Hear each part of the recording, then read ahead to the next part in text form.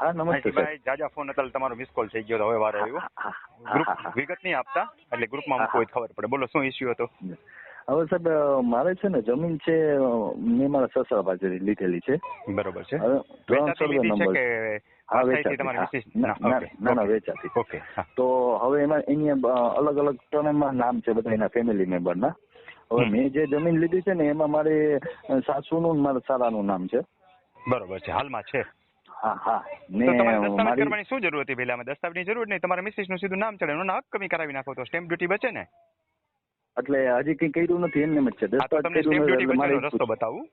હા. તમારા સાસુનું નામ છે ને? હા. સાસુ હયાત છે? હા છે.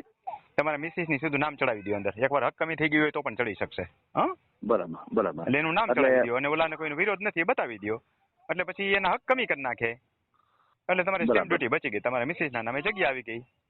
ઓકે. એટલે નવું દસ્તાવેજ નહીં કરવું પડે. તમે તમારા નામે ખરીદવા માંગો છો? ના ભલે એના નામે જ હોય. હા બસ તો સરળ રસ્તો થઈ ગયો. હા ને પછી ટૂંકમાં એનું અત્યારે એના પપ્પાનું નામ બોલે છે એ જે જગ્યા છે એમાં. હા કઈ વાંધો નહીં. પપ્પાનું નામ ચડતું હોય તો પપ્પા એની વારસાઈ આપી શકે દીકરીને. એટલે પછી મારું નામ ચડે ને એનો અત્યારે કોઈ સંજોગોમાં ન ચડે. અત્યારે એના ફાધરનું નામ બોલે છે અત્યારે. તમારું તો કોઈ સંજોગોમાં નામ ન ચડે. એના મિસિસ નું નામ ચડે. તમારી પાસે ક્યાંય ખેડૂત ખાતેદાર હોય ને તમે વેચાતી દસ્તાવેજથી રાખો તો તમારું નામ ચડે. હા એ તો બરાબર. પણ અત્યારે જે આમાં જે મારે જે એકલાનું ઓલા બે નામ કમી કરી નાખીએ ને આનું નામ એન્ટ્રી કરી દઈએ. પહેલા તમારા મિસિસ નું નામ ચડાવો વારસાઈ હકે. હા. અને એકલાનું ન ચડતું ભલે ને બીજા કોઈ જેટલા વારસદારો બધાનું ચડે.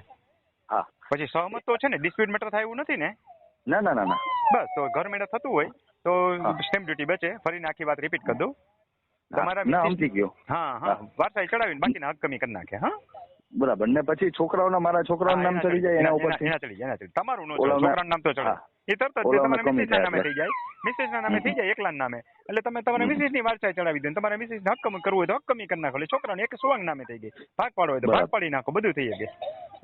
પછી તમારી સ્વતંત્ર મિલકત થઈ ગઈ. પણ તમારું નામ જિંદગીમાં ન ચડે એમાં. તમારા મિસિસ નું તમારા બાળકોનું નામ ચડે. હા ઓકે. હા ભલે સમજાઈ ગયું. ગ્રુપમાં મૂકીશ. બીજા ભાઈના પેચીદા પ્રશ્નો હોય, કોઈ ખેડૂતના પૈસા બચતા હોય ને દસ્તાવેજ ખર્ચી તો બચી જાય. બીજો આમાં કોઈ વહીવટી ખર્ચે નહીં થાય. તમારે હાથે કરશો ને બધું તો હાથે પણ થઈ શકશે. હા બરાબર. ને હાથે ન ફાવે તો મામલતદાર કચેરી જે બહાર અરજી લખી દેવા વાળા બેઠા હોય ને એની પાસે કરાવશો 2000 ના ખર્ચમાં એક એન્ટ્રીનું કામ પતી જાય. બીજી એન્ટ્રીનું કામ 2000 ના ખર્ચમાં પતી જાય. હા બરાબર. હા ભલે. ભલે. Thank you.